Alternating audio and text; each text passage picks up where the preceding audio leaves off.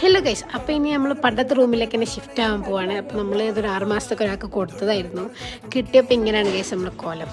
അപ്പോൾ നമ്മൾ ആദ്യം തന്നെ ആ ബെഡ്ഷീറ്റല്ല കാർപ്പറ്റ് മൊത്തം മാറ്റുക ചെയ്തത്. എന്താ വെച്ചാൽ കാർപ്പറ്റ് ഫുള്ളും ഒട്ടുന്നു ഗൈസ്. അപ്പോൾ നമുക്കതിന് ചവിട്ടുമ്പോൾ ഭയങ്കര ബുദ്ധിമുട്ട്. അതേപോലെ വെള്ളം ലീക്കായിട്ട് അതും പ്രശ്നമായിട്ടുണ്ട്. അങ്ങനെ കിച്ചണ് ഒരുവിധം നന്നായിട്ട് വൃത്തികേടായിട്ടുണ്ട്. വളരെ സന്തോഷം. നന്നായിട്ടിരുന്ന് പണിയെടുക്കാൻ 1 മാസത്തിൻ്റെ പിന്നാലെ തന്നെയായിരുന്നു പണി.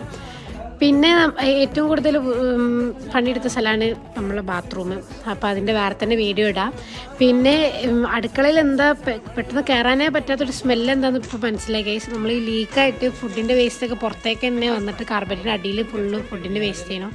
അങ്ങനെ ഒരു 8 എലീനെ കിട്ടിയിട്ടുണ്ട്. എലീനെ കൊല്ലലായിരുന്നു. അങ്ങനെ ഒരുവിധം എലീനൊക്കെ കൊന്നു എന്ന് വിശ്വസിക്കുന്നു. ഇനി ഇവിടെ എലിയില്ല വിചാരിക്കുന്നു. അങ്ങനെ തണുത്ത് വിറച്ചിട്ട് ഞാൻ അവസാനം ഇങ്ങനെ നിൽക്കുകയാണ്. ഇതിൻ്റെ ബാക്കി പിന്നെ കാണാം.